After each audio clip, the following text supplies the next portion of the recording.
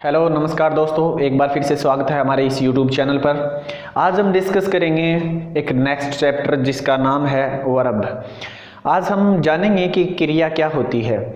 तो चलिए हमारे इस चैप्टर की शुरुआत करते हैं जिसका नाम है द वर्ब। ठीक है, क्योंकि जो भी बिगिनर हैं उनके लिए सब बातें जाननी जरूरी हैं। सबसे पहले हमने क्या जाना कि वाक्य क्या होते हैं, और दूसरी चीज़ कितने प्रकार के होते हैं। उसके बाद जाना कि उसमें सब्जेक्ट और प्रेडिकेट हम यूज करते हैं। देखिए, इंग्लिश सीखना आसान है, बहुत ईजी है। हम किसी भी वाक्य में अगर जब लिखते हैं तो आपको तोड़ना चाहिए कि इसमें है क्या क्या चीज़ें। जैसे चाय बनाते हो, आप सबको पता होता है कि इसमें चीनी होती है, उसमें दूध की मात्रा होती है, उसमें पानी की मात्रा होती है, इसलिए हम बता सकते हैं। और वो बनाना भी आ जाता है उसको कि कितनी चीज़ कितनी रखनी चाहिए। वही चीज़ इंग्लिश में आपको सब चीज़ें पता होंगी तो देख लेना, इंग्लिश मेरे साथ चलते रहिए, आपको नया आए तो फिर कहना।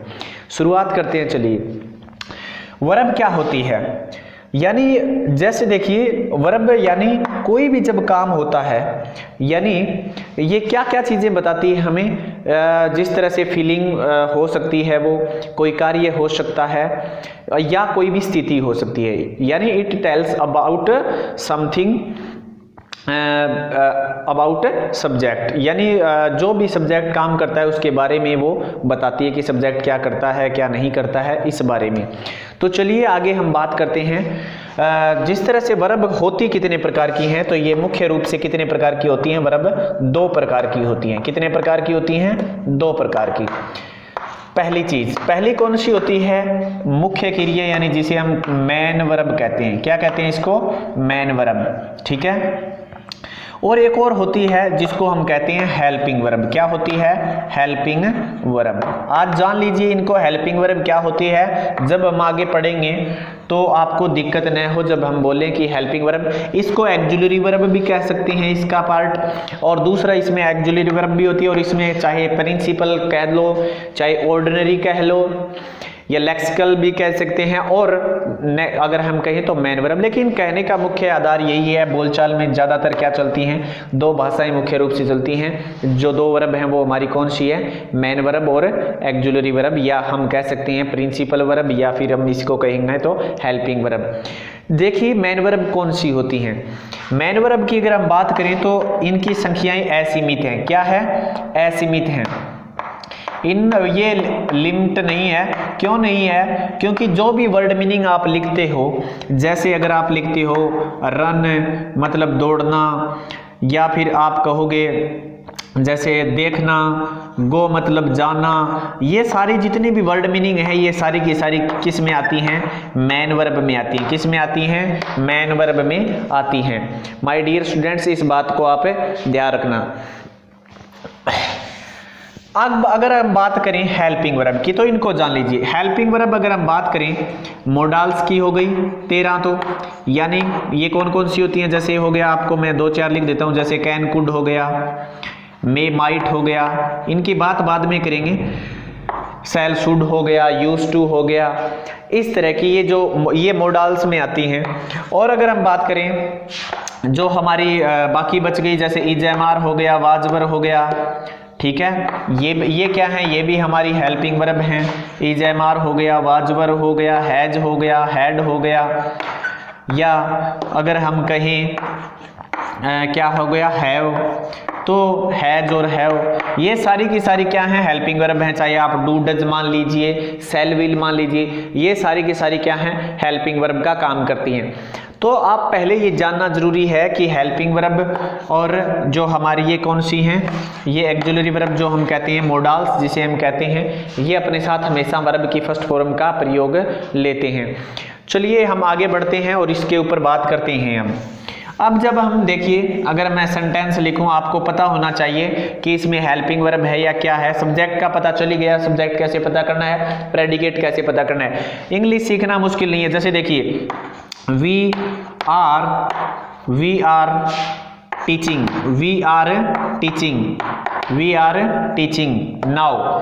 माय डियर स्टूडेंट्स, एक सेंटेंस में अगर आप इंग्लिश सीखना चाहते हैं तो उसकी सब चीजें पता होनी चाहिए। ये क्या है, ये क्या है, ये क्या है और ये क्या है।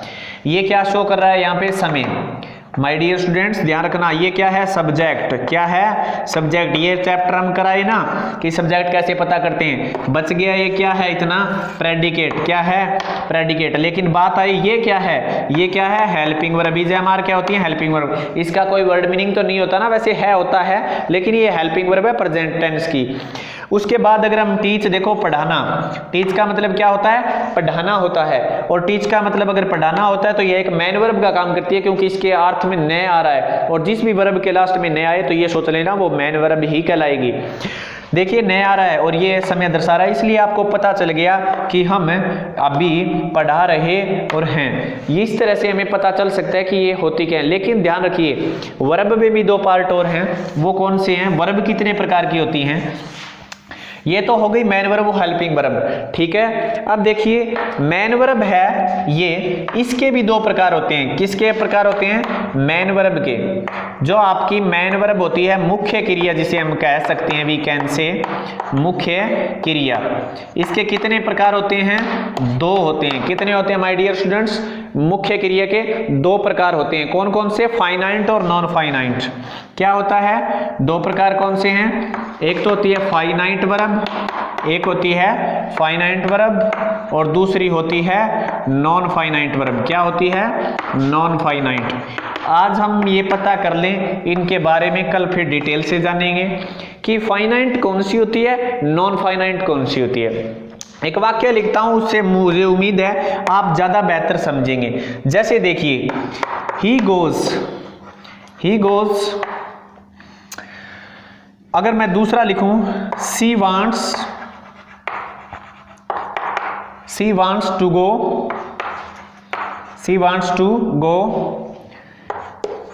they want to live।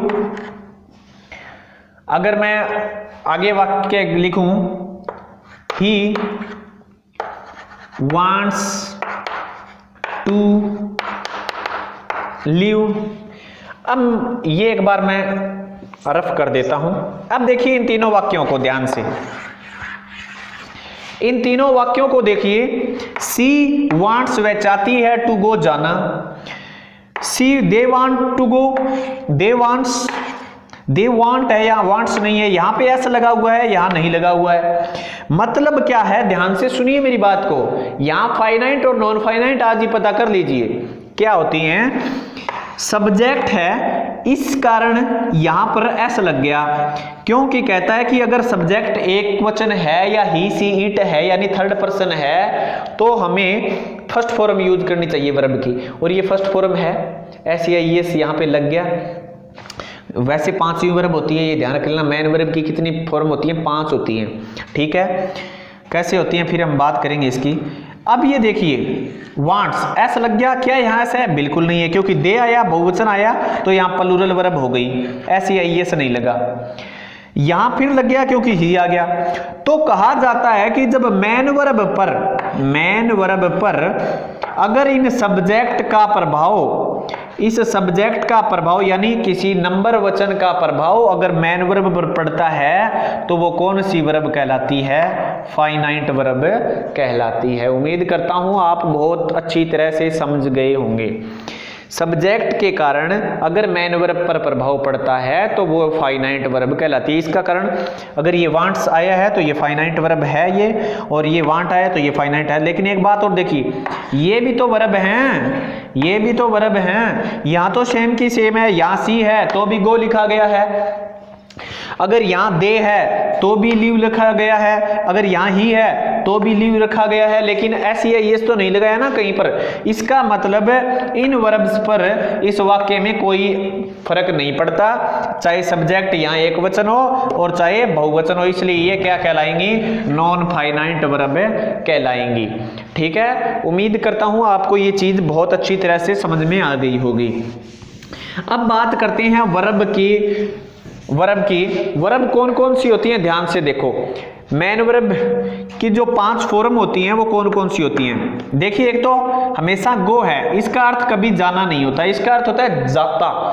ये फुल वर्ब कहलाती है जब टू लग जाए। अब इसका अर्थ हो गया टू गो का मतलब जाना। ये तो हो गई फुल वर्ब, क्या कहलाएगी ये?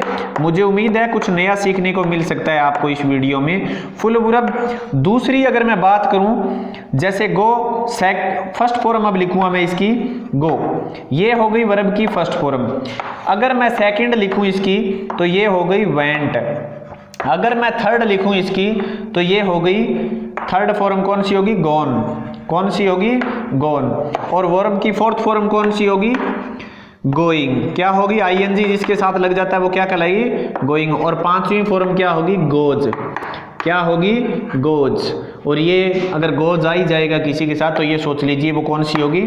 फाइनाइट वर्ब कहलाएगी। नॉन फाइनाइट कौन सी होती है? जो सब्जेक्ट के अनुसार अगर कोई भी प्रभाव सब्जेक्ट नंबर का न पड़े उस पर वचन का तो वो नॉन फाइनाइट कहलाएगी। अगर फर्क पड़ता है तो वो क्या कहलाएगी? फाइनाइट वर्ब कहलाएगी। उम्मीद करता हूं आपको ये चीज अच्छी तरह से समझ में आ गई होगी। अब हम कुछ एग्जाम्पल लिखते हैं, उम्मीद देखते हैं आपको कि आपको इस बारे में पता कर सकते हैं कि नहीं। कुछ उदाहरण से आपको समझाता हूं मैं आपको। जैसे अगर हम बात करें किसी टेंस की, जैसे अगर मैं लिखूं जैसे सी, अब देखिए इसमें हम निकालते हैं कि कौन सी फाइनाइट है और कौन सी नहीं है। ये मेन वर्ब है, आपको पता है, जिसका अर्थ होता है चाहना। ये मेन वर्ब हो गई। She wants to know. She wants to no.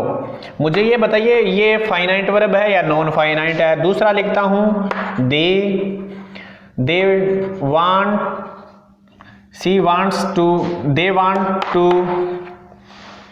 Want to know. अगर मैं तीसरा लिखूं आई वांट टू गो, या मैं लिखूं ही वांट्स टू गो। अब अगर इन सभी सेंटेंस में हम बात करें, उम्मीद करता हूं आपने देख लिया होगा ये चीजें। यहां देखिए इसका प्रभाव पड़ रहा है वांट पर। देखिए दे से वांट आया और यहां ऐसी है यस ले लिया। इसका मतलब है ये फाइनाइट वर्ब है। क्या है? ये फाइनाइट वर्ब है। ठीक है, ये भी फाइनाइट वर्ब है क्योंकि यहां पर इसका प्रभाव पड़ रहा है। आई आ गया इसलिए ओनली एस नहीं लिया इसने और यहां ले लिया। लेकिन यहां देखिए इन पर कोई प्रभाव नहीं पड़ रहा है। यहां नो है तो यहां पर भी नो है, यहां गो है तो यहां पर भी गो है। ये है नॉन फाइनाइट वर्ब। तो उम्मीद करता हूं आज का वीडियो आपको अच्छा लगा होगा। अगर आपको ये चीजें पसंद आई हैं तो प्लीज लाइक एंड सब्सक्राइब इस चैनल को जरूर करें। अगली वीडियो में फिर हाजिर होंगे, तब तक के लिए शुक्रिया और बाय।